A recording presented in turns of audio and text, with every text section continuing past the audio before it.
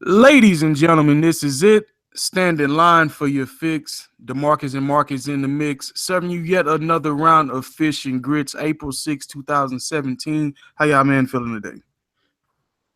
I'm Already, good. Hey, already.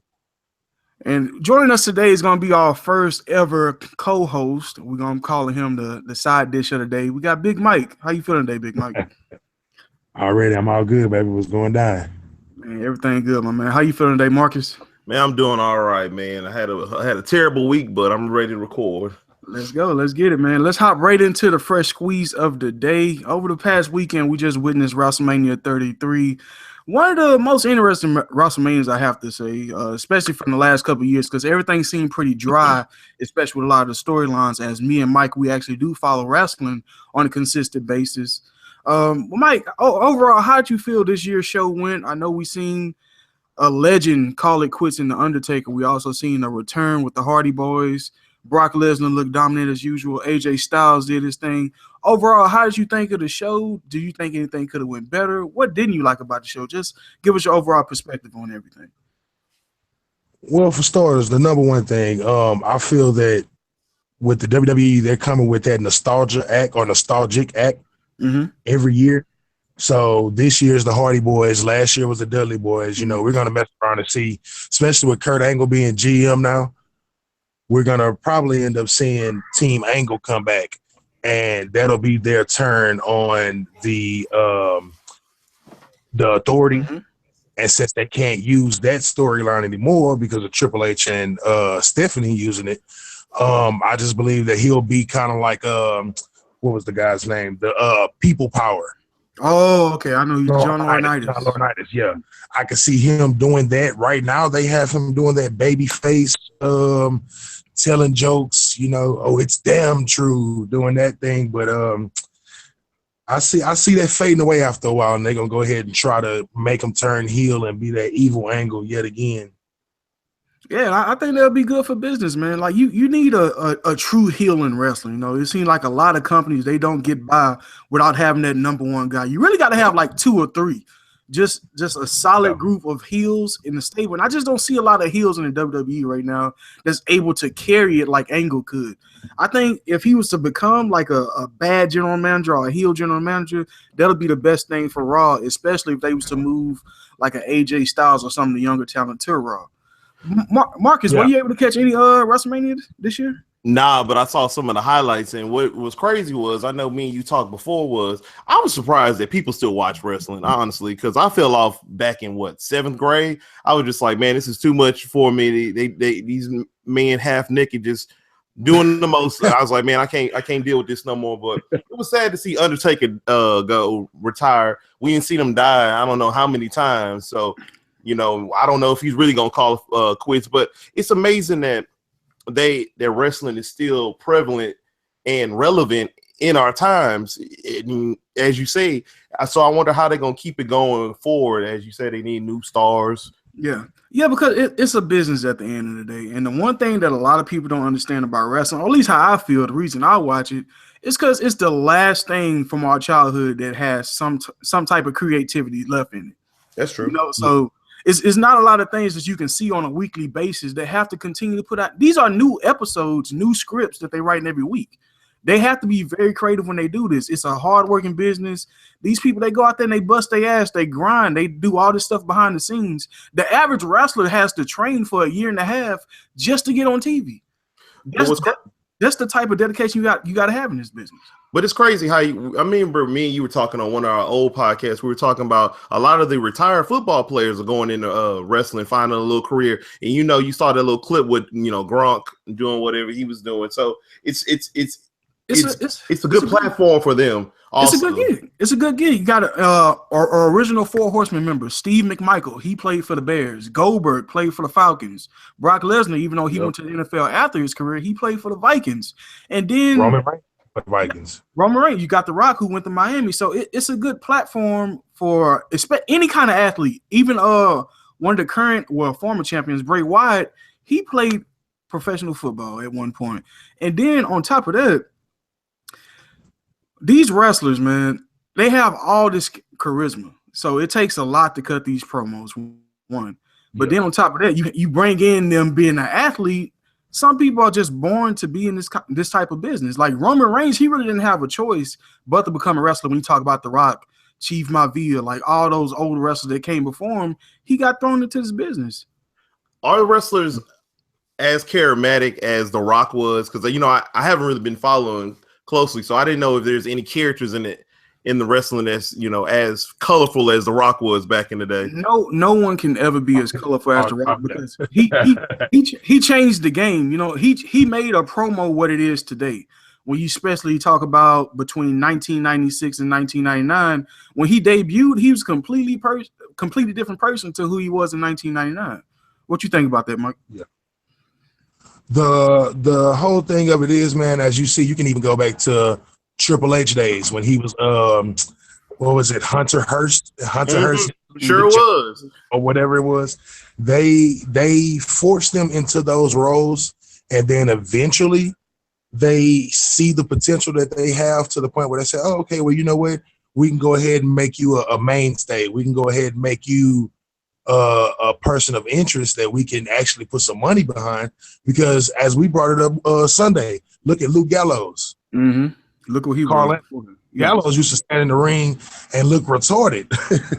until the bell ring, and then that was his gimmick. And now he's come back. He's lost weight.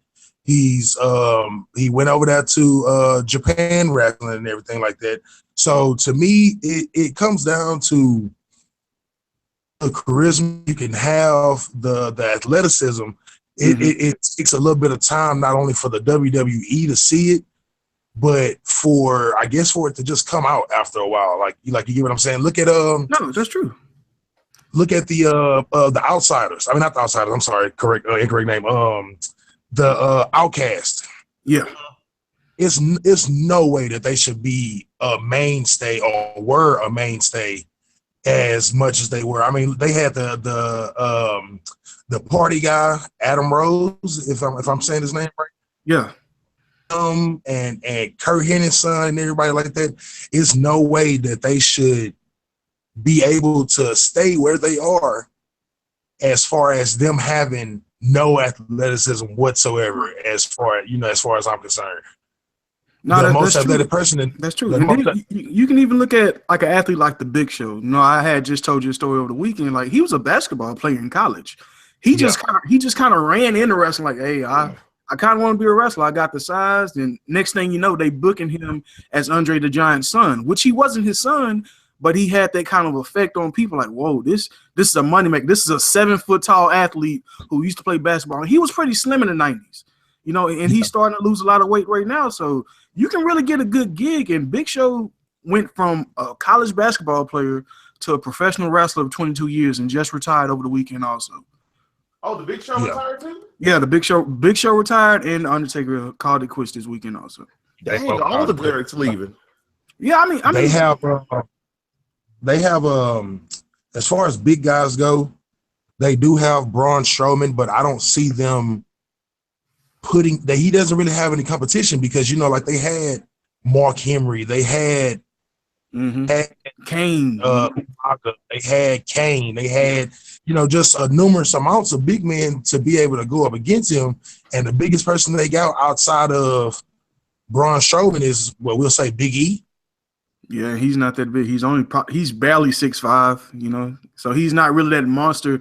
The 7-footers was very popular when we was growing up.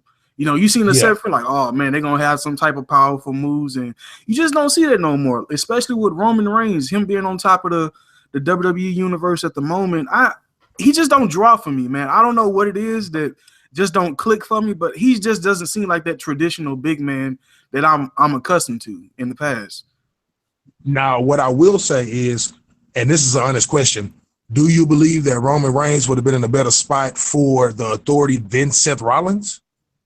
I think so because the size aspect. A lot of things about smaller wrestlers, when they get hurt, it kills everything. Now you can't be creative at all because sometimes they have these storylines written 6 months in advance. So then all of a sudden, bam, Seth Rollins hurt. Now your whole 6 months fucked off. Now what are we going to do?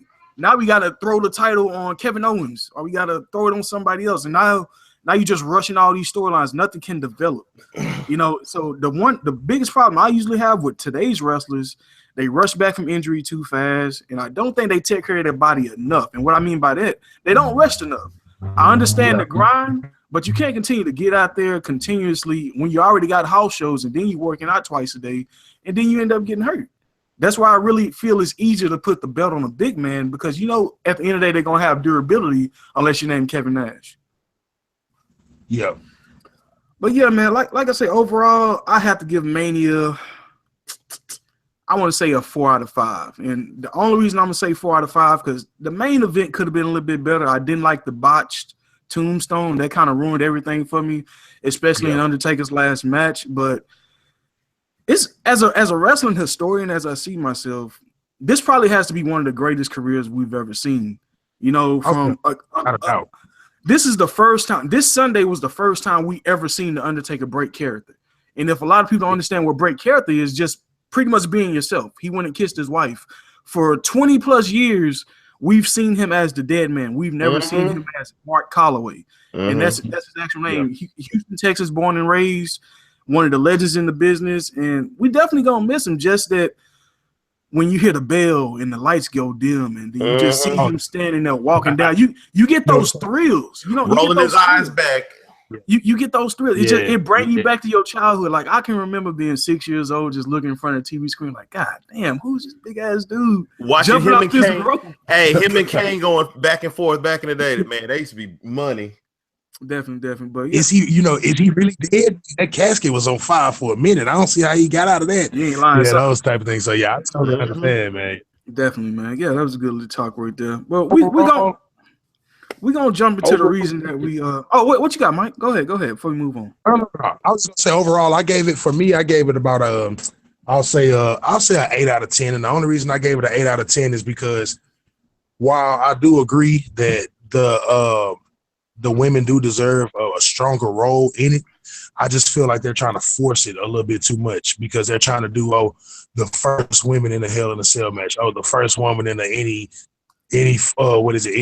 Falls Count Anywhere match, right. First woman in this, and and instead of doing that, they should just do it how they did it back in the day with Lita and Trish Stratus and just have them do matches and come out and put on a good show instead of putting emphasis on it that hey, the first women's match in this capacity or different things like that. So hey man, now that you mentioned that, it's amazing that I was watching TV the other day. I was watching The Six and I saw Stephanie McMahon on there, and to find out that she's still married to Triple H. I remember they had this storyline back in the day, and I never knew if their relationship was legit or not. But it's crazy to see that they actually got married and have like 2 kids. I was like, damn, there's some real people. No, you'd be surprised about some of the relationships that's in the wrestling business. Like for real. Like the Elizabeth and Macho Man were really married, but then Lex Luger came and stole his wife from him.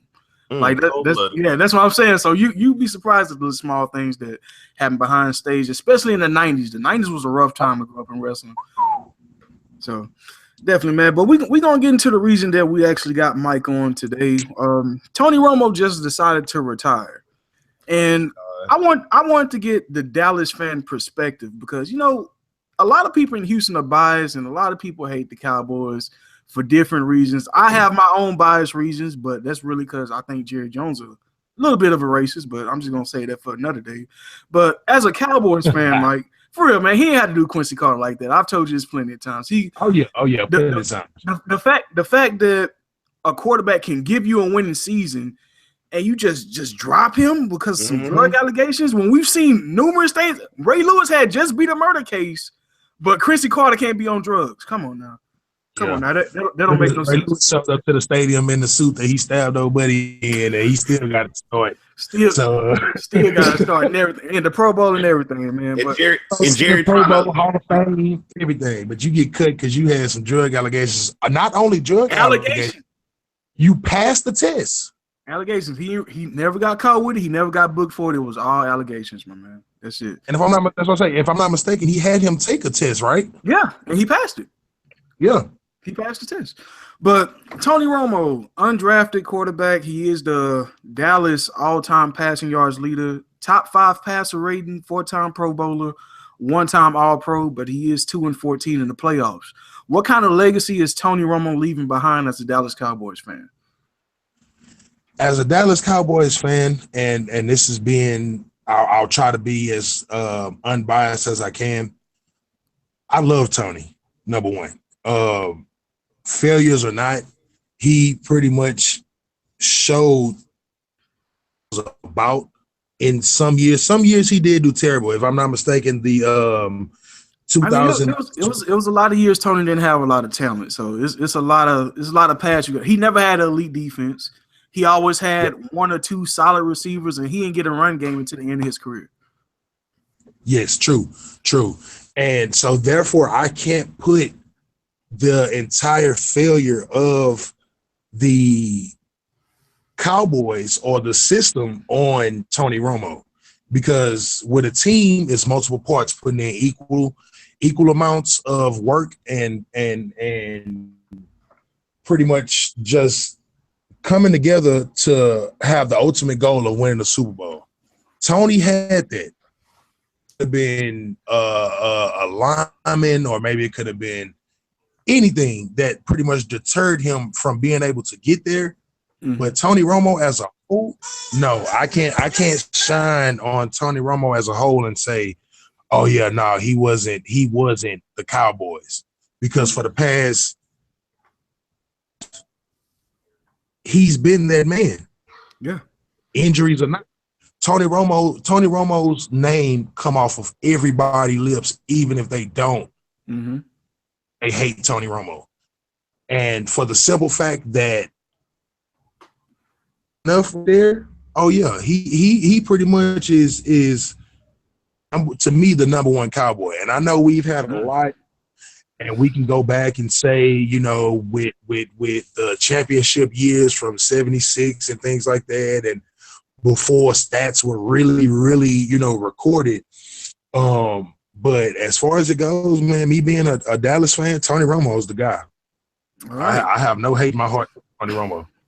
All right, Marcus, as the man whose girlfriend is a Dallas Cowboys fan, how do you feel about Tony Romo's legacy in Dallas?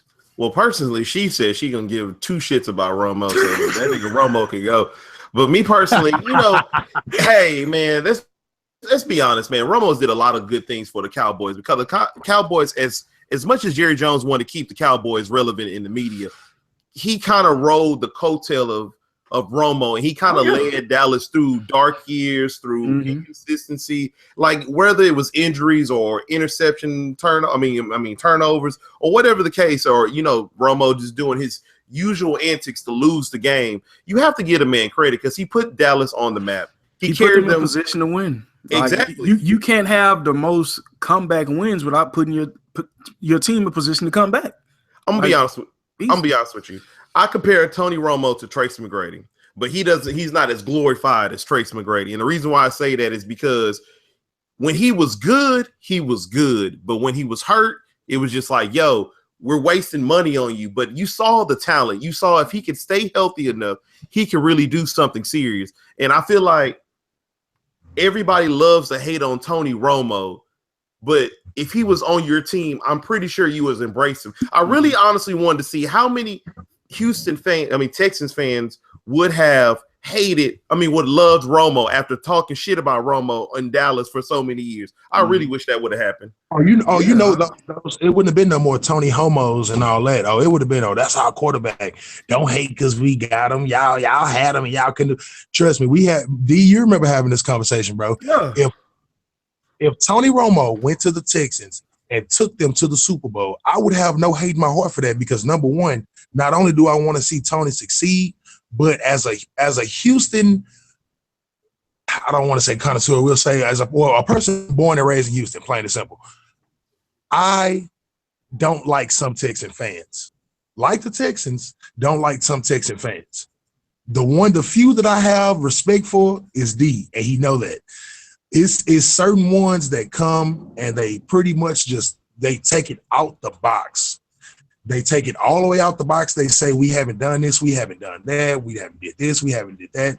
But at the same time, when I ask those questions on the rebound, you get oh man, we only been around for such and such years. But Mhm. y'all had the same exact thing. Y'all say we haven't had a significant playoff run in the past 20 years. The Texans have been around for 14, if I'm not mistaken. 15 years, yeah. Okay, I give them the first 10 as, okay, get yourself together. You had David Carr. You had to build your line. You had Sage Rosencopter, because we're not gonna say Rosenfels, because the only reason I remember him is because he got spun in the air. If I'm not mistaken, I believe that was against Tennessee, if I'm not mistaken. I think so. They had they had to build up to get to where they are now. Now, the only thing y'all are missing is a quarterback. Mm-hmm. Once that happens to the point where they get a quarterback and they can actually start making significant runs, my dislike for the Texans and Texans fans, if you want to say, that'll be completely gone out the window. Okay. I like that, man. But let's move on to one more Cowboy, man. You know, with Tony Romo at the picture, it seemed like all eyes is going to be on Dak Prescott, who's coming off a Rookie of the Year campaign. I still know how the hell he got that over Ezekiel Elliott, but I'm just going to keep my mouth shut. Maybe the quarterback position is that much more important. But what are your expectations for Dak? But man, with Romo out the door, you still got Ezekiel Elliott. You still got that massive offensive line. What kind of expectations do you set for Dak Prescott this coming year? Do you see him regressing at all, hitting a sophomore slump? Do you see him improving on his numbers? Because you are going to have a little bit tougher schedule. So what kind of expectations do you see for Dak as far as a win-loss record, yards that he'll throw for, touchdowns he'll throw for, things like that, now that he don't have the elephant in the room with Tony Romo? Okay, let me see what he had.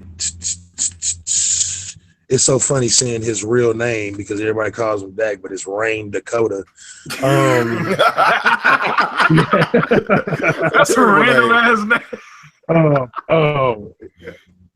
It kind of sounds like a store that's out there in Memorial City Mall. Like you just want to go by, hey man, let's go by the Rain Dakota store and get some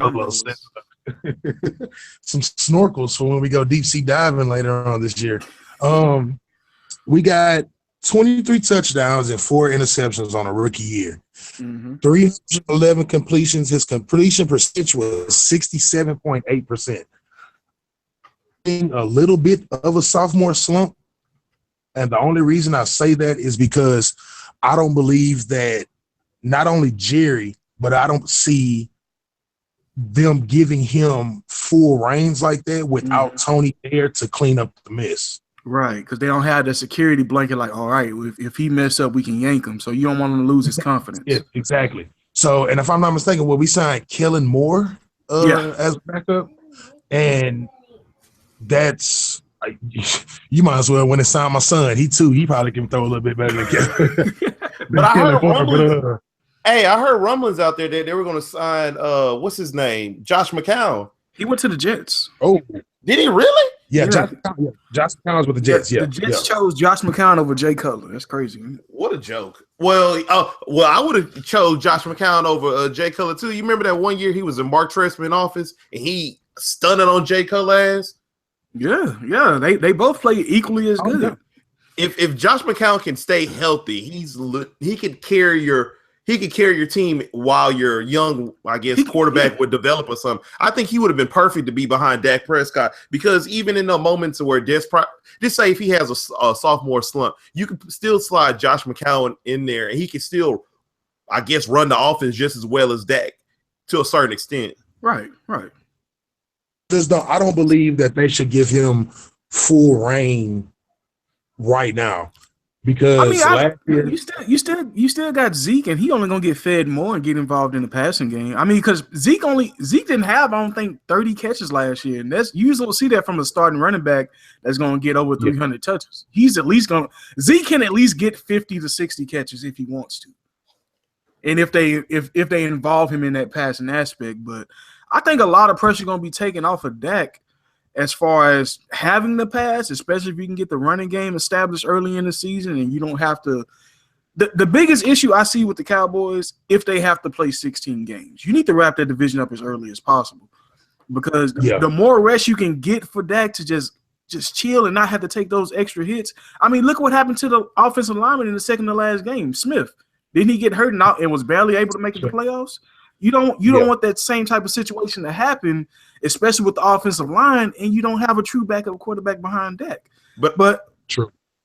But when you say that, but in saying that, Dak Prescott's going to have more adversity this year because everybody's going to have, first of all, they're going to have expectations for him, something that he didn't have. But then, number two, your competition got better. Yes, Washington probably got worse, but the Giants, they got Brandon Marshall. So the Eagles got some weapons. And the Eagles got a weapon. All the Eagles need is a decent running back, and then you have a serious problem. And no telling what the Giants are going to do because you got two number one wide receivers basically on a team that can catch any kind of ball thrown to them. So Dak is really going to have to overcome some obstacles because Dez going to have to come to play. But I really need to see Terrence Williams step up. Mm-hmm. So in the month of April, what do y'all see Dak's win-loss record being for 2017? I know it's early. It's a lot of pressure, like we just said. And another thing we all forgot to mention, game tape. Teams have game tape on Dak now. So 8-8. He's not a surprise. 8-8? 8-8, man. Like I said, man, that competition, that division is not. Don't sleep on the Giants. I'm sorry, don't sleep on the Giants. And I'm never going to, first of all, I'm an Eagles fan, so I'm already going to ride for my Eagles. But, man, them Giants, I feel like the Giants they can make it to the Super Bowl next year. And I feel like they're going to be the team to beat over the Cowboys, the Eagles, and the Redskins. I truly believe that it's going to be that first month. They probably going to start out real hot. It's like 4-0, and then the pressure is going to be on them. Cowboys going to do the slump, and then you're going to hear that story going. Y'all, they missing Romo. I can hear it now. All right, with him saying 8-8, Mike, what's your expectations for a win-loss record for Dak Prescott and the Cowboys? Let me take a look. We have, if I'm reading this correct, our first 3 games are division games. So that could completely knock us out the box if we don't win at least 2 of them. Mm-hmm. We play the Giants first, we play the Eagles next, and then we play the Redskins. I see that being a major problem for us as far as division goes. But overall, I'll give them a 9-7. 9-7, man. I feel like I got the most promise in the Cowboys because I honestly feel with this offensive line, you got Dak in his second season. He's going into the offseason as the clear-cut starter. That means he's getting all the reps, okay? But didn't they lose their left tackle? He got hurt, but he's going to be all right. He got hurt. He was hurt in the playoff game. So I think – I'm not going to say that had a lot to do – did drop Doug Free. He left, but I mean, that wasn't a major difference. True. It wasn't a major difference. I mean, they still got the big boys in the middle, so I think that's really all. As long as you got those guards just pulling around and Smith doing his thing on the left side, I think everything good. Me personally, I'm shooting for 11-5 for Dallas this year. I think okay. Dallas and Eagles going to have a lot of good battles this year, a lot more than the Giants. The Giants definitely do need to get their run game up. I think their defense not going to create as many turnovers as far as the Giants is concerned. So that's why I'm not really a big favorites on the Giants this year. But I do think they're going to be able to compete in that division. It may go down to week 17, but if Dallas wants to make a legitimate run, they're going to have to get everybody healthy, and they're going to have to sit some of those players toward the end because I'm not sure they'll be able to get the bye again this year. That's very hard to get. And they need to get him. Oh, go forward. No. I was just gonna say I agree with that because with us not having those certified concrete backups as we've had for the past few years, if you want to say, it's the chance that we'll be able to take. Because I mean, hey, if let's just say, Chaz Green get hurt, and that was Doug Free's backup, we would be down to what is his last name? I can't remember. And I believe y'all lost Leary also. I think Leary signed with the Broncos. we lost Leary, and so that's the thing that I'm seeing because, like I said, we have Giants, Eagles, Redskins, Chiefs, Chargers might be an easy game because they're still going to be trying to get accustomed to LA. Yeah, we got the Seahawks after that, the Rams. Then we're at the Giants, and then it basically it basically looks like it starts all over yet again. Those same 3 games they play at our house the first games, and then we go to their house at the end of the season. And you know what? that's my problem. I don't think the official schedule. Those are the teams they facing, but I don't think the official schedule comes out till later on, either next month or this month, because they haven't dropped ticket prices yet.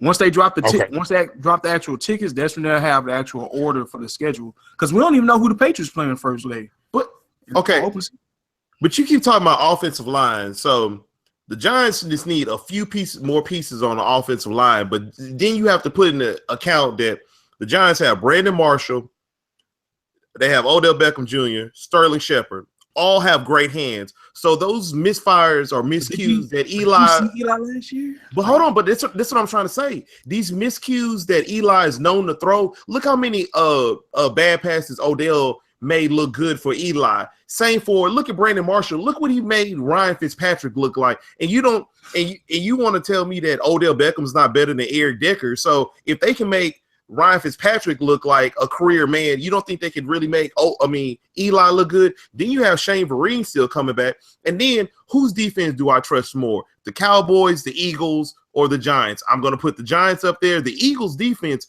really was making a lot of noise the past 2 years.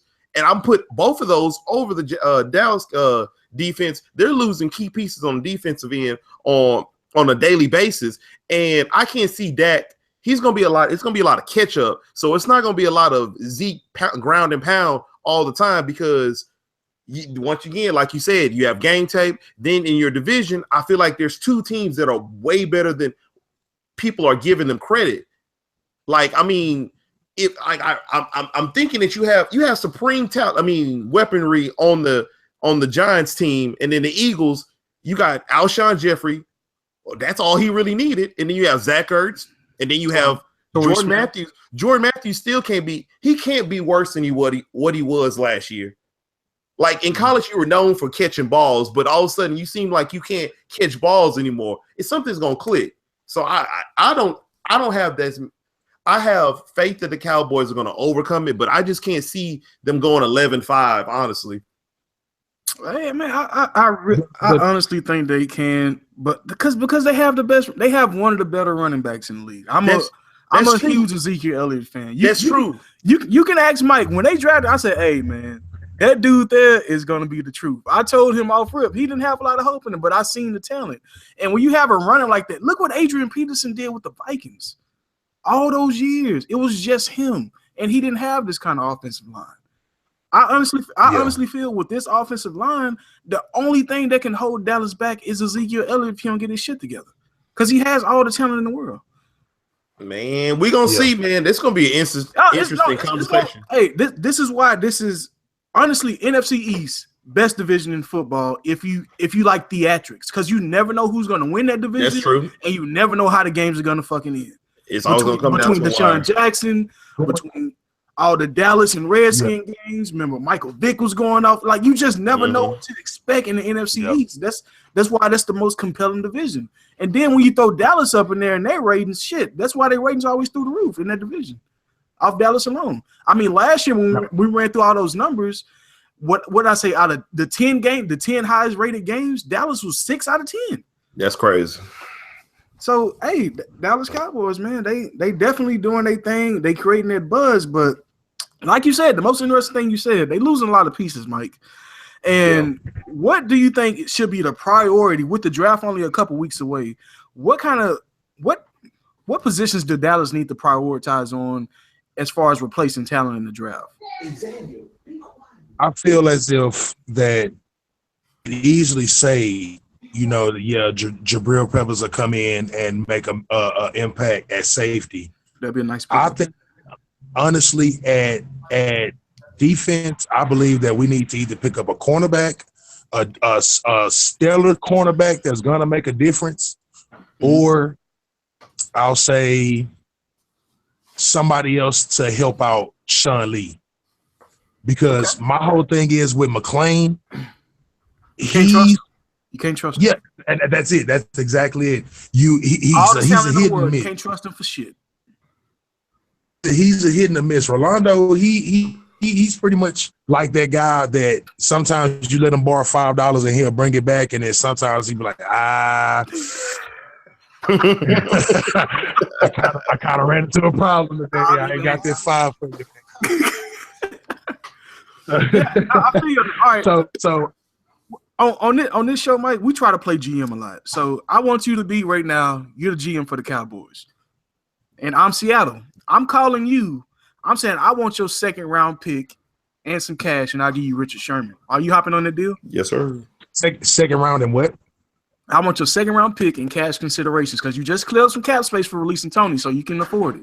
So pay off some of Richard's contract, give me your second round pick, and you can draft your linebacker in the first round. Would you take a deal like that? I would, but the thing is, that the only reason we're thinking with my GM mind, Richard. It's an aging cornerback now. So who winning out this deal? I can easily get a young cornerback in the second round. That's why you taking the risk. If you feel like you're in win now mode, do you want this cornerback, or would you rather take your chances with a younger cornerback? And you seen how that ended up going with Claiborne when y'all drafted him early and just put him out there. Lord Jesus. That's why I'm putting you on the spot. That's why I'm putting you on the spot. What I can say about Richard, bro, the only reason I say that the risk might not be as good as the reward is because with Richard, he thrives in Seattle. Mm-hmm. They're all on, hey, we're buddy, we're brothers, we're best friends, like type of thing. Before you continue, man, how many times have you seen like the alpha dog get traded? Like the man that like actually he was the face of that defense for a long time. A lot of people talk about Earl Thomas, but people more scared of Richard Sherman than Earl Thomas. So how would you feel if a alpha dog like that got traded?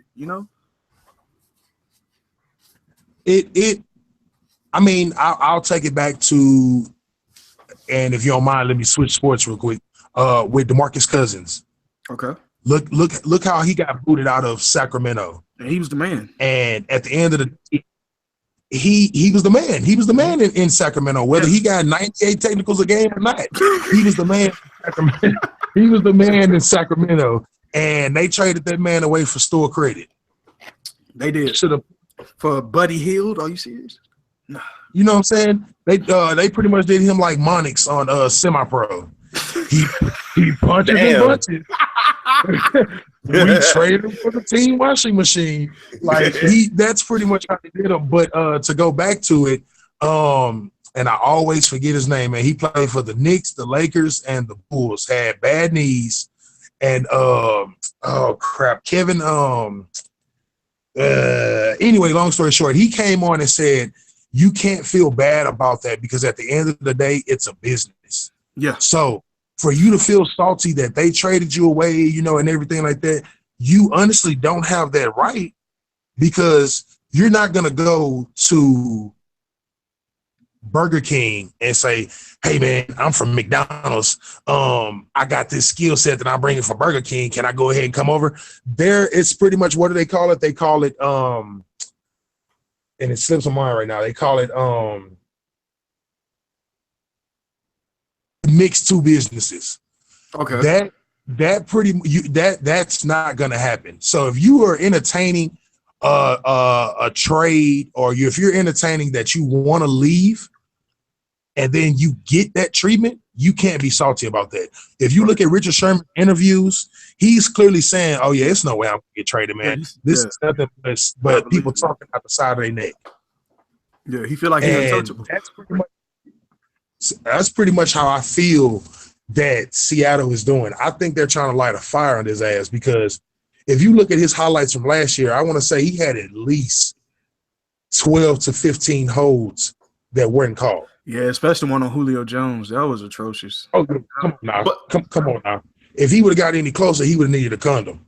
So it's it's to the point where man, is that risk gonna be worth the reward? Because if I trade away my second round pick, and let's just say the second round pick is valuable. That's a top 60 pick. Oh yeah.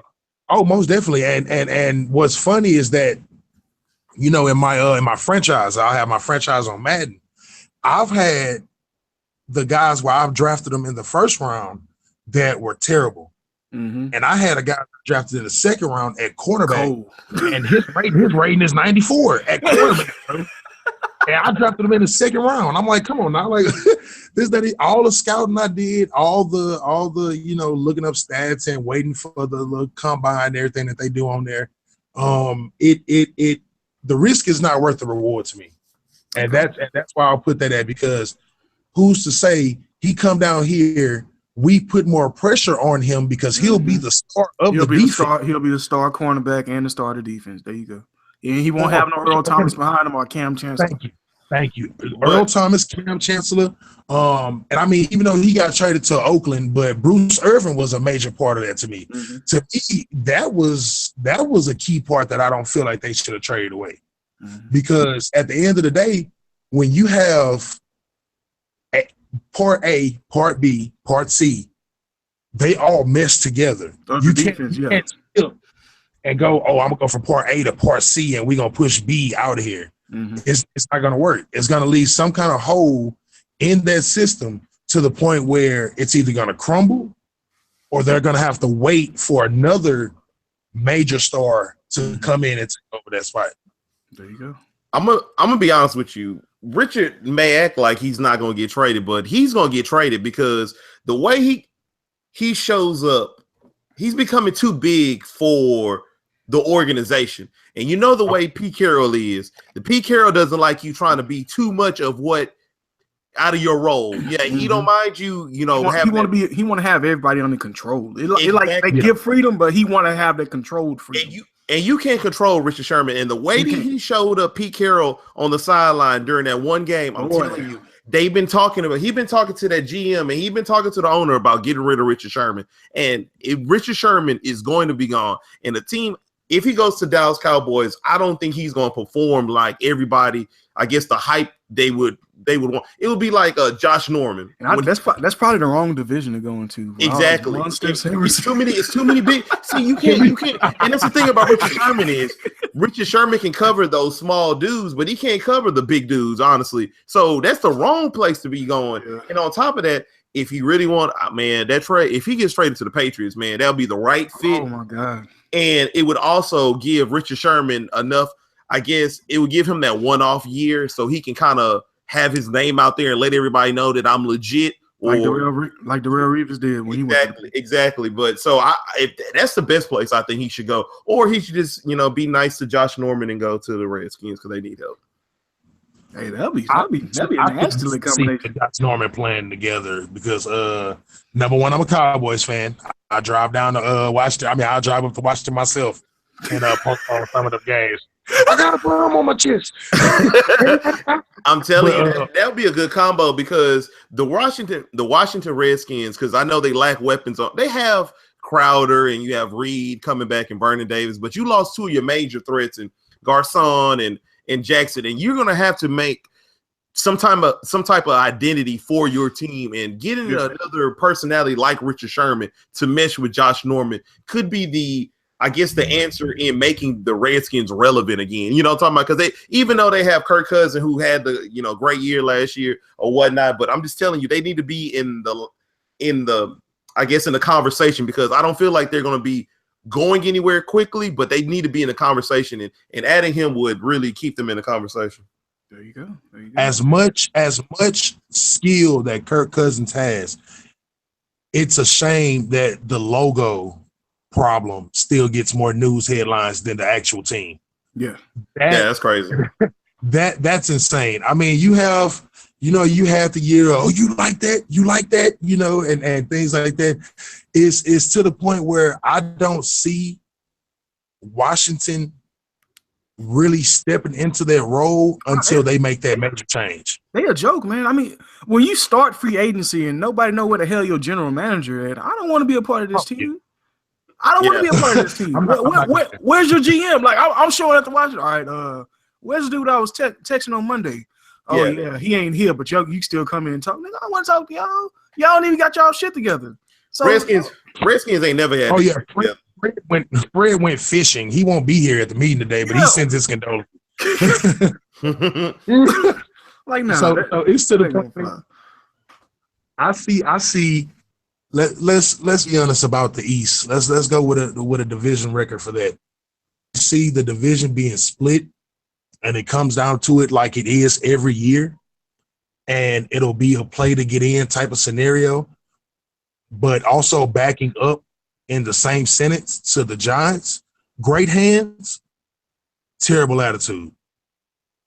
You have Odell, who is a prima donna, and then you got Brandon Jennings coming in saying, "Oh, if I was here, that boat party wouldn't have happened." Mm-hmm. And with Odell being a young cat, he don't. I mean, mentoring is one thing, but you coming in telling me, "Oh yeah, bro, if I was on your team, you wasn't gonna do this." Yeah, and I can honestly butting heads because, to be honest, look at Brandon Jennings. I mean, oh Lord, Brandon Jennings. I'm sorry, Brandon Marshall. It's all good. He only has this mentality for the past 5 years, I want to say, and maybe less than that. Yeah, he was a Wildcat too. Exactly. Because Tony Dungy had to get a hold of his ass and hit him with some of that old school technique and make him sit down somewhere. And I honestly can say that if an E. coli Manning gets out there and passes that disease around, they're not going to mesh because either Odell's going to want the ball more or Brandon's going to want the ball more. In crunch time, I can see that being a problem in crunch time. See, and I don't think it's going to. I don't think it's going to be a problem because the way the game on the line. If the game on the line and Brandon Marshall get a pass and he don't catch that shit, you don't think Odell gonna flip shit? Man, we got that. He punched the kicking game. See, but this is the thing. See, this is the thing about it is Odell's going into this year. He's already heard the noise. He's heard the rumors. He's already heard all the talk about. Is he really the best receiver? Will he make that jump into being an elite receiver? You have the Julios, you have the Antonio Browns, you have even the AJ Greens, but you don't have with Odell. They questioning him, and they questioning him after that playoff game. And I'm telling you, Brandon Marshall has matured day and night from where he has been back in the day. And I'm telling you, he's the type of dude that can kind of mentor and talk to Odell and get him in line to, I guess, fly right. Yeah, they're gonna have that problem in who do you go to in that that moment like that, the last minute drive or something like that. But at the end of the day, give it to whoever is open, and they're gonna find Sterling Shepard so nobody fight. Hey, okay, but think about that. But think about that. Hey, Odell wasn't tripping about Sterling Shepard catching all them balls, and he was having a great year last year. He was having a damn good year. He was. And he lost his hands in the end, like toward the end, like the last month. He just hit that rookie wall. But I truly see. I truly see. I don't know. Maybe it's like it's gonna be one of them years. Like, oh man, like how I felt with the Pacers this year. I was like, man, the Pacers got the pieces to really make some noise, and you look how that went. So I don't know. So it may go left or right. Especially in the East. That don't make no damn sense how the Pacers they're sorry in the East. That's that makes no sense whatsoever, especially with Paul George. Right? Yeah, you got a top 15 superstar. Even Boogie Cousins had Sacramento somewhere in the playoff race in the West. You got a decent point guard coming in, and then you had Al Jefferson coming in that was going to really you still got Ellis. Exactly. You got too much talent to be 500 in the East. Not in the NBA, in the East. Yeah, I don't get it, but that's another conversation for another day. But let's get to the primary question I got for Mike. If Dez caught it, which I still think was a catch, you was at my house when we watched that game. I don't know what the hell happened. I cried. Still don't know. This is my first time admitting it. I don't want to admit it on radio. But yeah, I cried a little bit. But see, you know what? Let's talk about this right quick.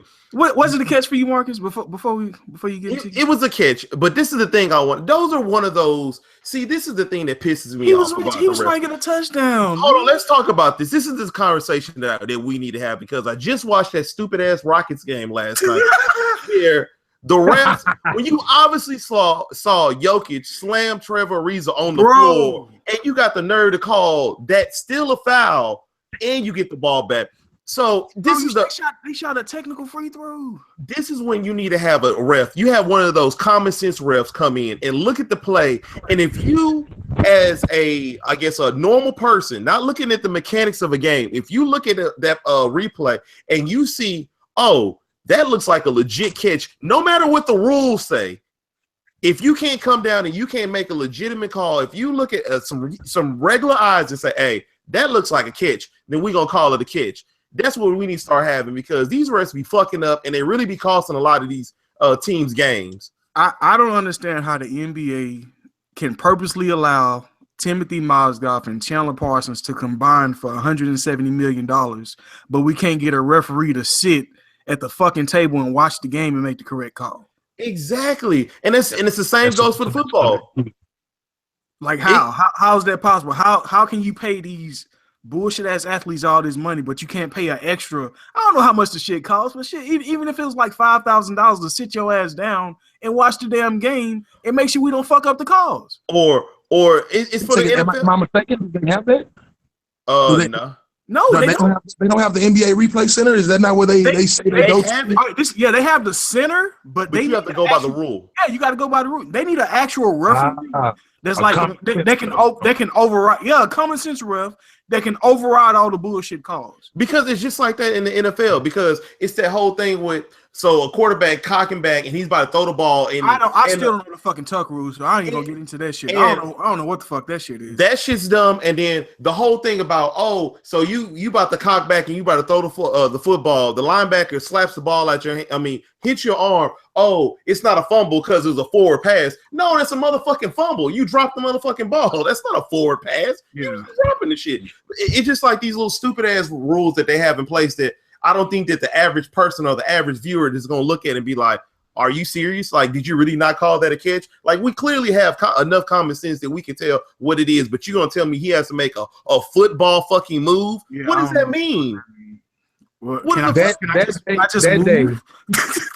Let me, you know what I'm saying? Do I need to just roll over? Do I need to roll over on my back? Yeah, he could have just, Dance could have just.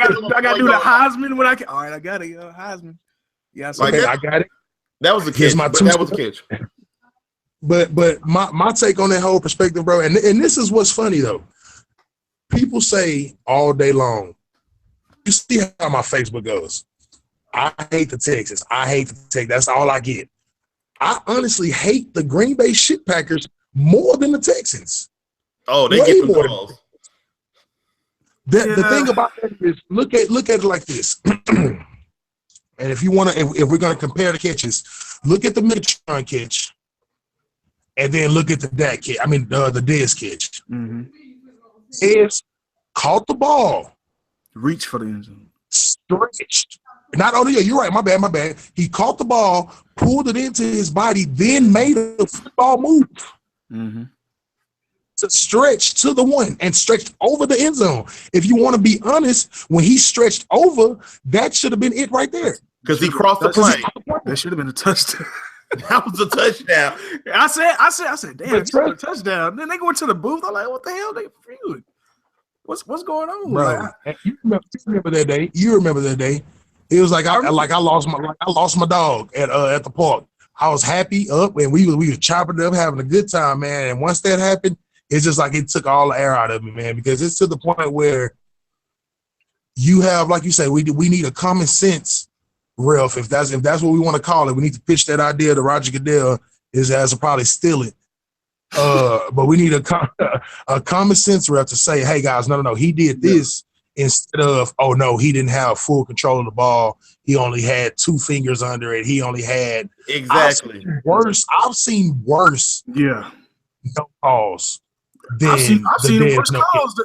Shit, the Patriots was down when they scored their touchdown in overtime. This nigga knee was down. Yeah, I've seen. They say no confetti going off. I've seen plenty of those. I've seen that nigga. What's his name? The dude, the running back for the Lions. He got hurt. Whatever his name is. Theo Reddick or Amir Abdullah. Amir Abdullah jumped over a dude, got popped, like reached his arm over the thing, got popped in midair.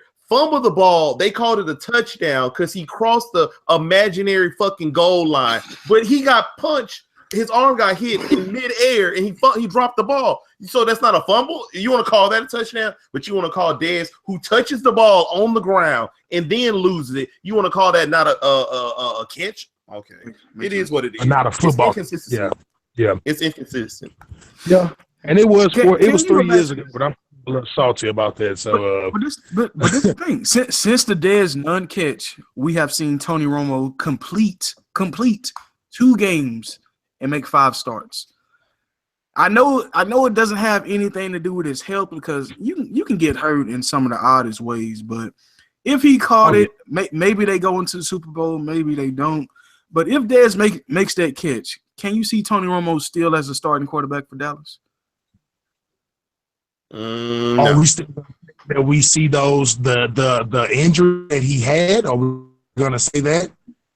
Him having a Super Bowl ring, maybe he has a little bit more. Yeah, because we don't know what could have happened because, like I said, it seemed like after that game, everything went down. He had the shitty ass season after that. You lost DeMarco Murray. Luckily, you ran into Ezekiel Elliott and made the best choice you can make by drafting Dak when you actually wanted Connor Cook. Let's not forget about that shit. They wanted that white boy that went to Oakland. So Dak was like, I guess we'll get Dak. Come on, man. Yeah, it was kind of like, oh man, they don't have any Mrs. Beards, they don't have any Wonder Breads. Go ahead and grab the parade. Parade bread. Yeah, man. So it's like, but what was funny, the parade bread ended up being a Hawaiian roll, and they just can't. And that's what that goes back into the Richard Sherman, because like I say, you trade your second round pick away for him. They decide to go ahead and draft a cornerback, and it's fucking around to be Deion Sanders 2.0. Yeah, that would hurt. That would hurt more than anything. That would hurt. You got an Asian Sherman that you paying like $13 million a year. Now you got this great ass cornerback on the other side that's getting paid peanuts for the next 4 years. Exactly.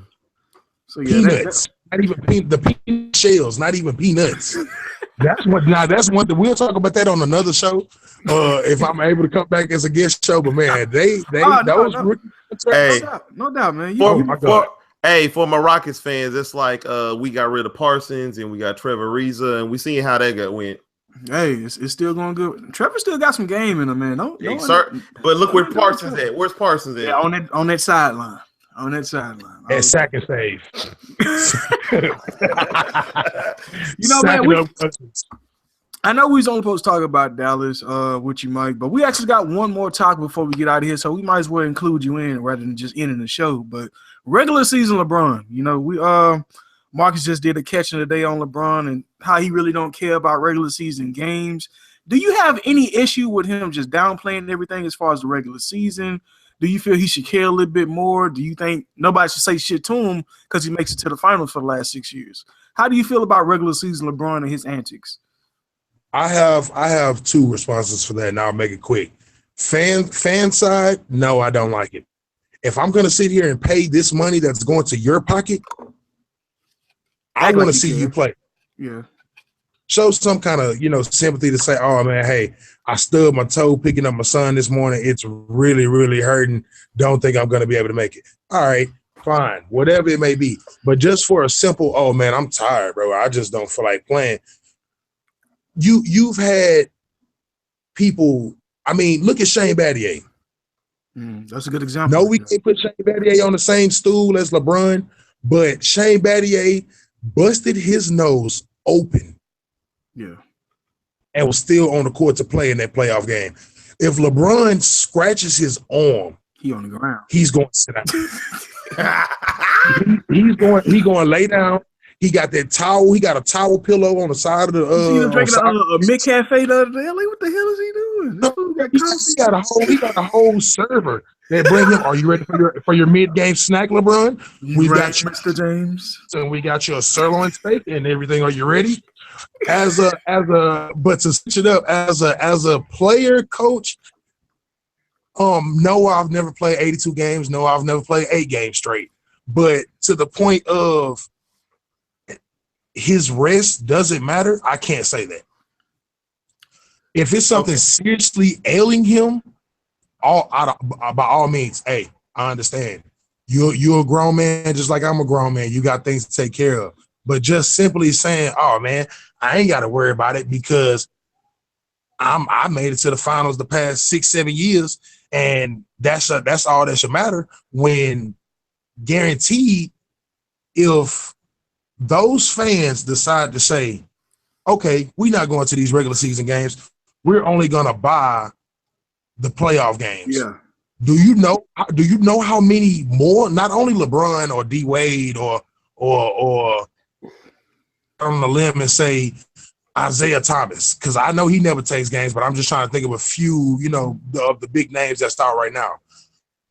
Those guys would take such a major hit that I guarantee they'll play all those games. Mm-hmm. I guarantee they'll be out there suiting up, warming up every game out there. If they took a hit for those rest games, I guarantee they wouldn't take any more rest games. See, this is the problem with it. This is the problem with LeBron's comments. What he is implying is the regular season is not important because he puts the notion that this is easy for me. Yeah. You want to rest you want to complain about rest and the 82 games is too long. How long has 82 games been fucking going along? For as long as I can remember. Yes, the NBA did not start off with 82 games. Yes, it increased to 82 games. We all know that. But if the players, this is the most finesse the league has ever been. Ever. So you can't get touched. You can't get breathed on. You can't even get looked at wrong without a foul call being called. And for you to complain that you need rest. Back in the day, they had to cram on these commercial jets. They had to get on these tour buses at times. They didn't get to have these nice, luxurious hotels like we have now. I'm telling you, These players, they live in a generation of pampered. Being baby. Everybody is pampered. Okay, that's like, okay, so with LeBron saying that, it's going to start pissing a lot of people off. And guess what? A lot of people are going to stop watching basketball. The ratings are already down 20%. Mm-hmm. People are going to stop watching the basketball, and they're going to start watching what? Playoffs. That's the only time they're going to be really watching. They're not going to play a game for the number one fucking seed like it's nothing. People are not going to watch because we already have no rivals because he downplays the rival shit. Yeah, he don't take on no rivals. So what are we going to watch? What are we watching basketball for? Just for you running up and the fucking down the court? People are going to stop watching, and then people are going to stop going to the games, and then people are going to stop being your fan, and it's going to start hurting your pocket. So LeBron better watch what he's talking. I'm telling you, LeBron. He thinks that he's trying to do better for the NBA. And, let's shorten the season down to fucking 60 games. And it's going to make the games more important. Not really, because you probably still be downplaying the motherfucking games. You can still tear your ACL in training camp. So that's not going to help shit. And my whole thing is that, okay, say if you go to a restaurant, correct? I'm going to switch it up a little bit.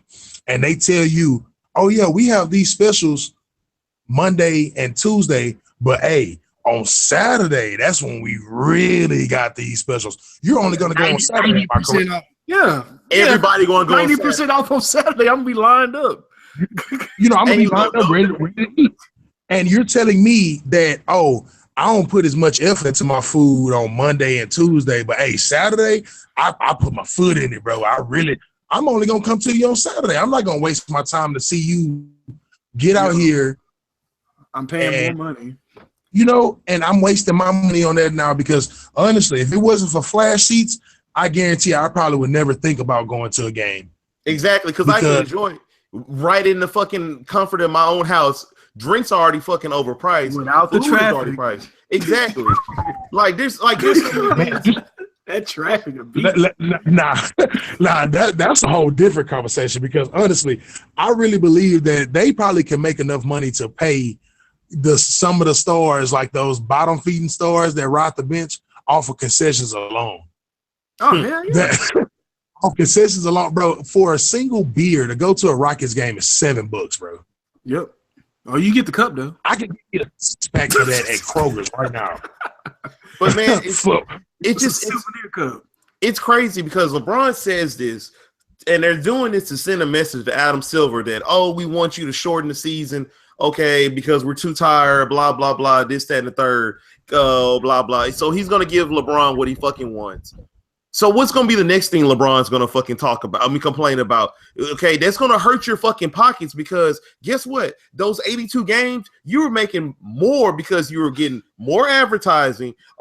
There's more jersey sales. Guess what? There's more fans looking at you. But I'm telling you, it's going to start fucking hurting their pocket, and it's going to get to the point where a lot of these players, these quote unquote quiet players who really don't say nothing, they're going to start talking out, and it's going to be a lot of controversy, and it's going to be a lot of heat that LeBron going to start getting from these players that want their money. LeBron got his money, but some of these players want their money. Yeah, exactly. When you have them to shoot 48 commercials, but you finding that you play basketball too much, some not adding up, bro. Exactly. You looking like you. I'm never gonna question LeBron's I guess effort on the court or whatnot, but he's had it too easy. He's had it way too easy his whole career. And this is what my whole rant was about on the catch of the day. He's had it way too easy. Guess what? You play in the soft East. You cakewalk through the whole season already. And then you get to the finals, and what you do? You struggle against the Western Conference team. You lost to an aging Dallas team. You lost to an aging Spurs team. You should have lost some of them twice, but because of a godforsaken Ray Allen fucking three. That was Manu Ginobili. He blew the shit out those free throws. He did, but I mean, hey, man, that was a good rebound by the boy.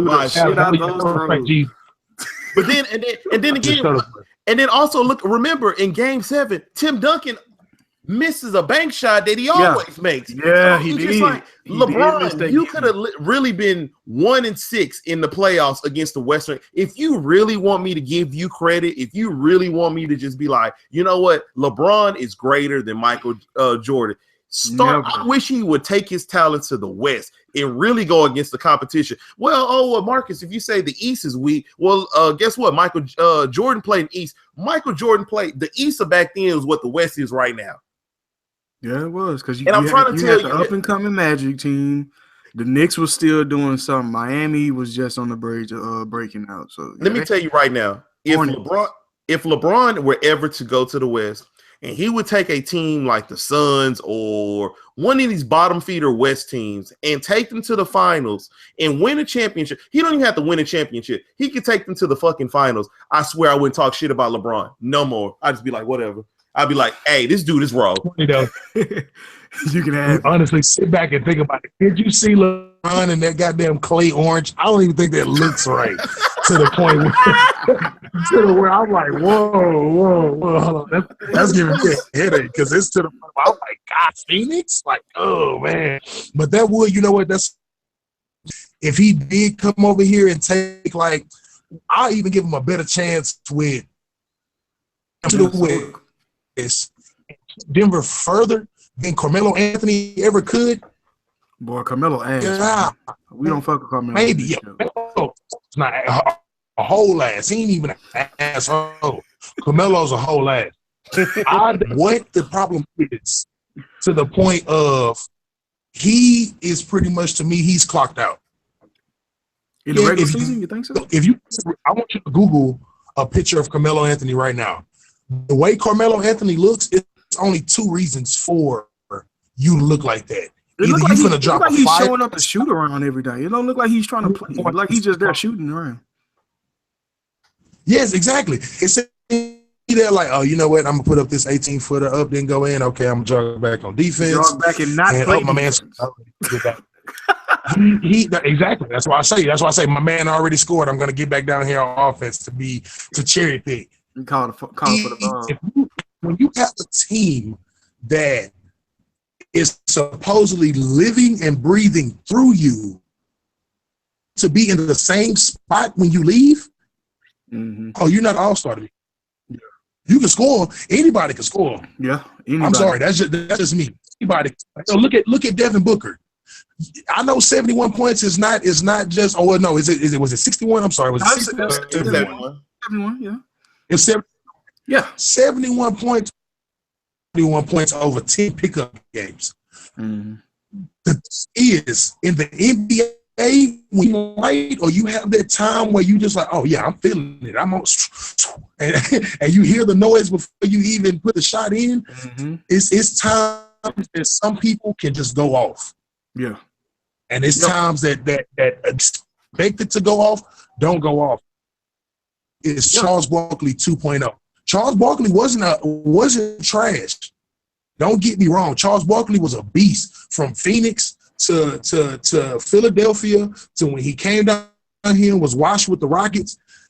He was still decent enough to the point where Charles Barkley's name was on your lips. No matter what. Anthony is at that point now where he has to put up or shut up. Yeah. He does. You had all the time in Denver, especially when you change hairstyles.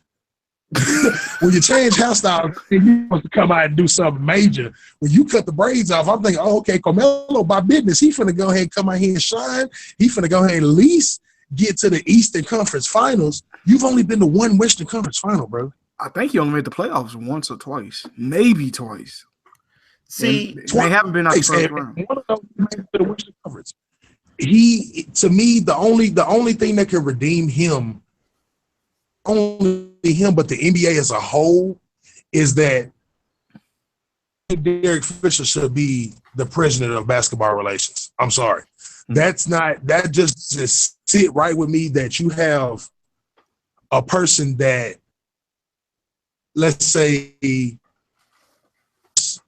for not only people he shows favor for, as a prima donna himself. You remember when he was supposed to come down here?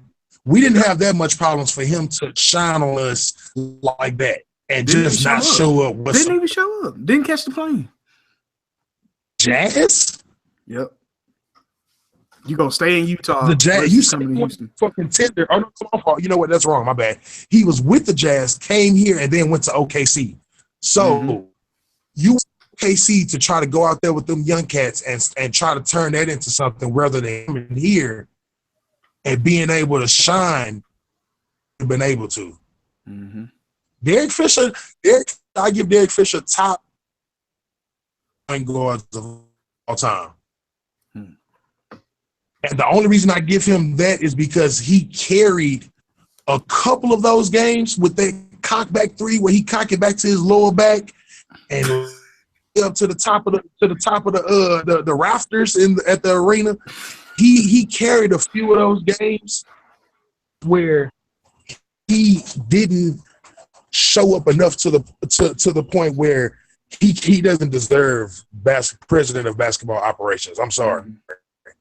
That's until true. they get somebody else in there that is gonna the best interest of the NBA and meaning NBA of the players and the fans. Or when you have a player in there that he felt that he could take off his time as well, when it wasn't frowned upon as much as it is now, of course he's not going to have a problem with that. Of course he's not going to implement anything to say, yes, we should fine them for taking time off. I mean, look at flopping. Look how bad flopping had got? I honestly thought it was going to be no. It's still be flopping. They just don't penalize them anymore, really. You know, but on top of what you just said, Mike, you know, the new president, I don't know if you're aware of this, but the new president is actually Chris Paul. And what they actually end up doing this past offseason, they just put in a new rule to where you can be older to get a max contract. I think at first you had to be 35. That was 35 the cutoff to get max. Now they got it to 38. 32. Oh, 38? Oh, yeah, yes, 38. It's 38. And who's that's going to benefit? You talking about benefiting the players? Chris Paul, Carmelo Anthony, LeBron James, Dwayne Wade. See, and you know what? Look, Carmelo, I know you were talking about Carmelo. The thing about Carmelo is you have two type of players. See, he's not a quote-unquote star. You see, oh, man, this is the thing. This is how I define a star. A star is you have a coach.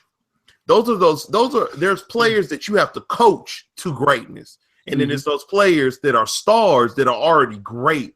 They just do their own thing. That's why you have like Michael, like as good as Phil Jackson was, Phil Jackson coached the other players.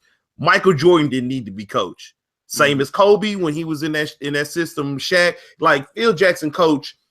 Michael would have been great, but Scottie Pippen would have been Scottie Pippen without Phil Jackson. Exactly. That's what I'm saying. Like LeBron James, I could throw D Wade in there.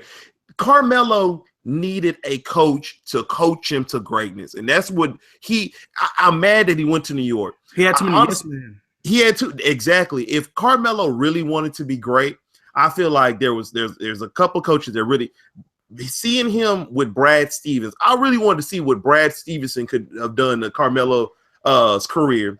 I would also want to see what Scott Brooks could have done to Carmelo's career.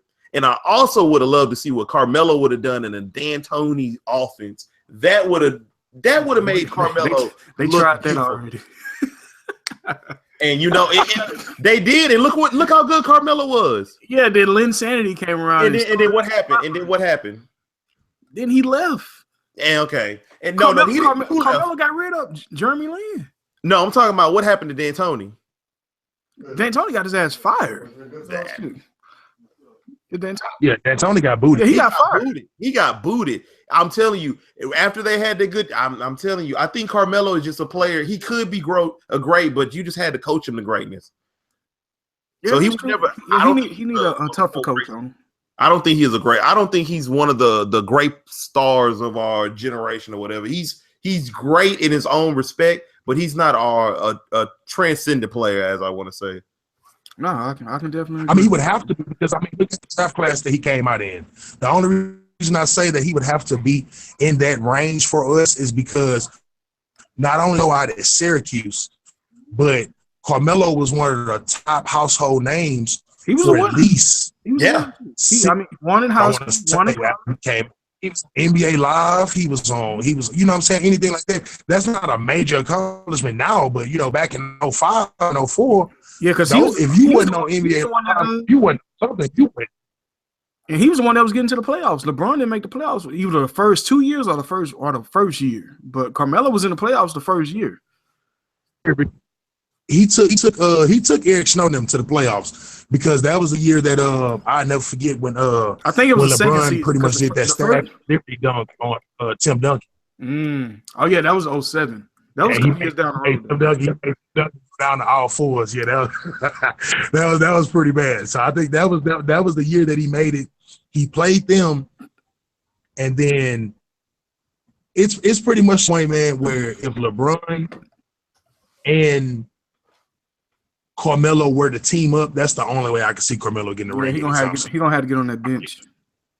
Oh yeah, he gonna have to be on the bench because the only reason he, number one, I mean, look at the system and let's say Greg Popovich is the Bill Belichick of the NBA, right or wrong? Well, of course. So if Carmelo goes over there to San Antonio, do you think he can step in and be in that Kawhi type? Look at Aldridge. Aldridge already struggling on his own. One of the stats that stick out to me. Yeah, it kind of is, but it's also great because he's limiting LaMarcus on what he can do. Last year, he didn't attempt his first 3-point shots into the playoffs. He didn't get to take a shot attempt into the playoffs. And then this year, you come into the season, Kawhi Leonard got 2 games where he missed over 6 threes. Missed 0 for 6, 0 for 8. But Aldridge couldn't even attempt a 3-point shot into the playoffs. 82 games without a 3-point attempt. But you got a star out here that in 2 games has been 0 for 16. 0 for 14. I'm sorry about that. LaMarcus Aldridge don't fit that system. That's all that is. And it'll be the same thing with Carmelo because he's not going to play defense just like Aldridge. He's not going to get those shots just like Aldridge. And they're going to feel out of place with the team ball because they got to keep it moving. Aldridge don't go and bang. He doesn't bang in there like he's supposed to. Like, that's the thing that Tim Duncan did. Carmelo has had to go with a bunch of his buddies to win the championship. He can't go to a hard coach. Not at this point. He's broken. Carmelo's broken. Do you think he's broken as far as athleticism wise, or is he broken mentally because of all the bullshit that's going on in New York? Mentally, and he needs somebody to light a fighter. I don't think he has the passion for the game, like, because he would have went to he would have made that LeBron trade would have happened if Melo had some passion for the game. That would have happened. If he wanted to, yeah. As much as I would have hated that to happen, he would have showed some type of passion. For him to stay in New York and just to still go through this season, just have half-ass as he does, I just feel like he's lost somebody. It's really going to take a coach or somebody to talk to him. Think about this. Think about this. Pat Riley, he starts talking to Melo off season. What you think? It could work in Miami. It can't. Spoelstra showed me this year that he's a good coach. I doubted that nigga, but damn, he's a good coach. What he did for that whole team. Dion Waiters look nice. It's true. Okay, so Melo, Waiters, you have James Johnson up there. Then you have Dragic. You have Hassan Whiteside. They have Winslow coming back. They have a nice little squad. If they can get Melo, that's a good plug and play. They still wouldn't be able to compete with LeBron, but but it's still making entertainment. They'll at least get to the 4 seed. I mean, can't nobody beat LeBron. Shit. Can't be the fucking unless he resting. Go rest your ass the whole season. Yeah, bro, he had to take that rest off, or we'll have to get a basketball and go steal all the powers that he got from all the NBA. Hell yeah, all-star, take that nigga superpower. He got Michael, that nigga when he got George, Iceman Gervin. We're gonna have to go get one of them old you know what I'm saying? Go get one of them old Spaldings and put it back in there and then hit that Larry Johnson. What I've been telling you, give me my powers back. But yeah, man. All right. Before we get out of here, man, let's just quickly discuss the Millennials NBA and the statistics. You know, Russell Westbrook, his triple doubles. He's tied with Oscar. Most likely, he's going to break it. A lot of people got him going for the MVP, Mike. Who do you feel is the MVP of the league and why? And do you feel people are too enamored with these triple doubles? I do feel like they're reading too much into them, and the only reason why is because, and this is like we said, you know, and it's to the point where superstars getting their stats padded. Every person in the league right now, if they're going for something, oh yeah, they're getting that stats padded. And it's to the point where I don't feel that he's earning them. I feel like they're giving them to him more than anything. And giving and earning, that's a whole different set of respect for me, because if you're gonna say, oh yeah, I'm getting 25 points, 15 rebounds, 10 assists, then how come on some of these 15 rebounds you got Steven Adams looking at you like, you gonna get the ball, bro, or you want me to grab it? Why is he getting paid $100 million if he can't grab a fucking rebound? You're getting the ball pretty much handed to you on a silver platter, and to run full speed down court. To run full speed down court when people probably was looking at you like, oh shit, like, hey, he got the ball. I thought Steve had the ball. Hold on, wait, I wasn't ready for that. And he boom, and he laid it back down the inside the court. That's pretty much all that's going on at OKC. My vote for MVP, and it's funny, of course, I'm going with James Harden. That's number one. That's my number one vote. I honestly don't even put Russell second, and give me a chance to explain it. No, go ahead. Because the only reason you're doing all of this and y'all still in the 6th spot. Thank you. Where's the team? You're doing all of this triple double, and you're doing double doubles, and you going out here and scoring, but you're doing those in losses. That makes a major difference. Hey. Exactly. Show me some triple doubles. I think what he has against the Warriors, and that's not even this year. That's career all time, if I'm not mistaken. He is to the point where Russ got what he wanted. KD's out of there. Yeah. You wanted the whole team, you have the whole team. You have key pieces on that team in Steven Adams and as well as Cantor, Oladipo. You have Doug McDermott. To where you don't have to do a triple double every game. You're doing it by choice. Where is McDermott? He's just been quiet. Like, he's not even running the system anymore right now. McDermott, he's to the point, man. I just I honestly think he's a hologram. I just really think that they went out and bought the most expensive video equipment they could find, and they're literally passing that over just to get by. Man. Hey, yeah, no, we have one. He's sick.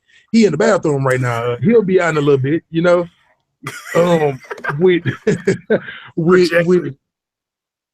It's the Tupac hologram from Coachella a couple of years ago. My number 2 vote, honestly, and I might get y'all might laugh at me, but I'm going with Giannis. Oh, yeah, Greek Freak. Okay. Greek No, Freak. I like what he's doing. I think he should get most improved at least, if not most valuable, because the fact that he's new to the country to begin with. He barely know English. Look like he ready to cuss people out. I don't know what the hell he be talking about. But they forcing him to play point guard. Don't have a true point guard on there. You lost your up and coming starting Parker, but you're still able to make everybody around you better. Middleton is getting back in the groove, like you were saying these past couple months, Marcus. Thon Maker's making his starts at center. Monroe's regulated to the bench, and this team is still thriving. Versus a team like the Pacers, who has all the talent in the world, perfect system, and they don't even have as many wins as Greek Freak in the Milwaukee Bucks. So the Milwaukee Bucks. So see, Milwaukee. What comes out of Milwaukee besides basketball?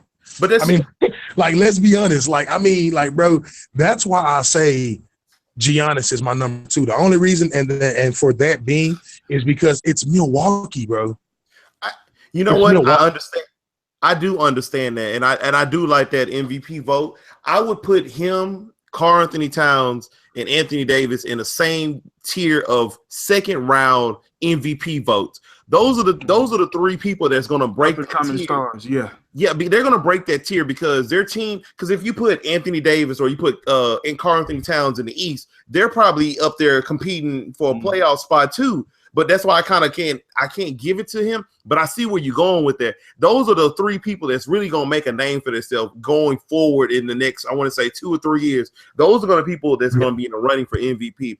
But as I was telling DeMarcus one time, about this, the thing that I don't like about this whole MVP race is everybody's want to go ahead and shoehorn it to Westbrook. See, that's why I'm kind of glad that we don't live in society where we let the fans vote for things of importance, because see the All-Star games, Zaza look at this. What a joke. And I'm gonna tell you right now, the whole thing about what Russell Westbrook is doing is impressive. There you go. That's fine. Yes, half the season you have a triple-double. I will give you some props. But I'm also gonna denote that you would not win MVP just because you average a triple-double.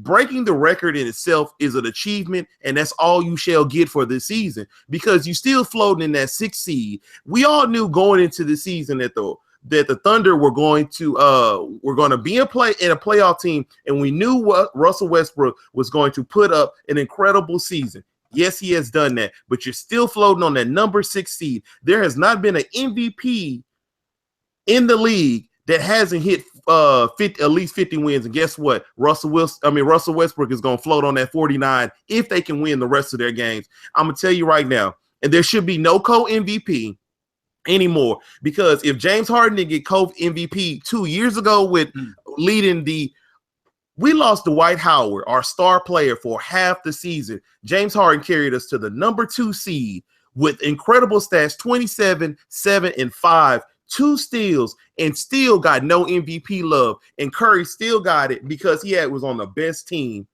Guess what? James Harden is on the 3rd best team, putting up compatible numbers to Russell Westbrook. I don't know why we keep calling him Russell Wilson. Russell Westbrook. And the thing about that is, people are really sleeping on what Harden has done. They were a subpar team last year.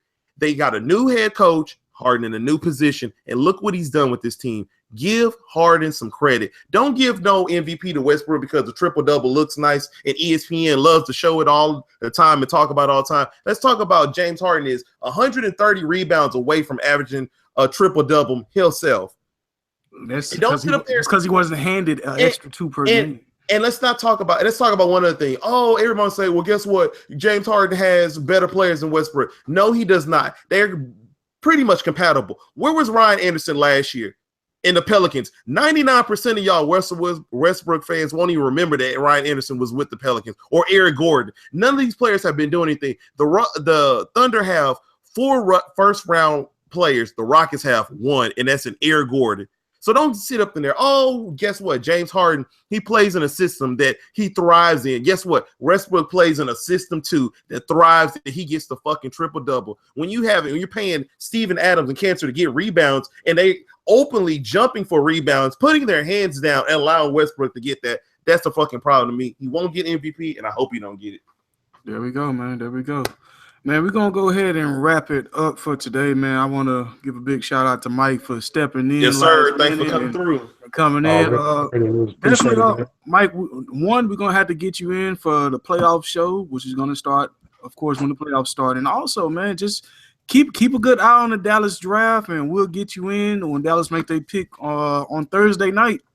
And we may be actually airing during the draft. So, yeah, just get your thoughts together on who they're going to be taking in the first round, and we'll get you in for that too. That boy Mike coming in here giving us that hot sauce to this fish and grits.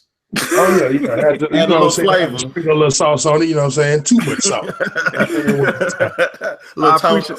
I appreciate that aspect, man. It's always good to get the people's perspective, definitely. But anything y'all fellas want to say before we get up out of here? Anything on your mind? Nothing much. Just make sure y'all look out for them Cowboys. You know what I'm saying? Big Mike's Kitchen. You already know. Y'all check out my food. Go ahead. Tell them where your club at on Saturdays. Where they can beat you at. Give them the address. Okay. Yeah. On right now, Wednesday, Fridays, and Saturdays, I'll be cooking at Crowbar. That's 4803 Main Street. It's a brand new bar, man. Good bar for good people, man. And we got good food. Y'all come out and enjoy it. I'll have my Hennessy wings. I got hot honey garlic ones that I do, and I also got my Cajun wings. So, hey, man, whenever y'all get a chance, y'all come on out and check me out. That's Big Mike's Kitchen. And you hear that, folks? He said Wednesday, Friday, and Saturday. That means he's not having the best food just on Saturday. He's having it all through the week. Yeah, look at this. I'm playing all 82 games, baby. I'm here. All 82 games.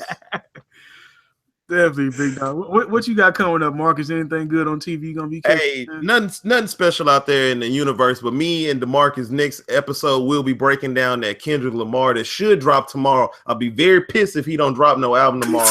But if we don't talk about Kendrick Lamar, we will be talking about Joey Badass album that just dropped, and also we'll be talking about the boy Freddie Gibbs. Yeah, Gibbs. Yeah, we're gonna break everything down next week. But as for now, this has been Fish and Grits, and y'all have just been served. Y'all enjoy. Enjoy, baby.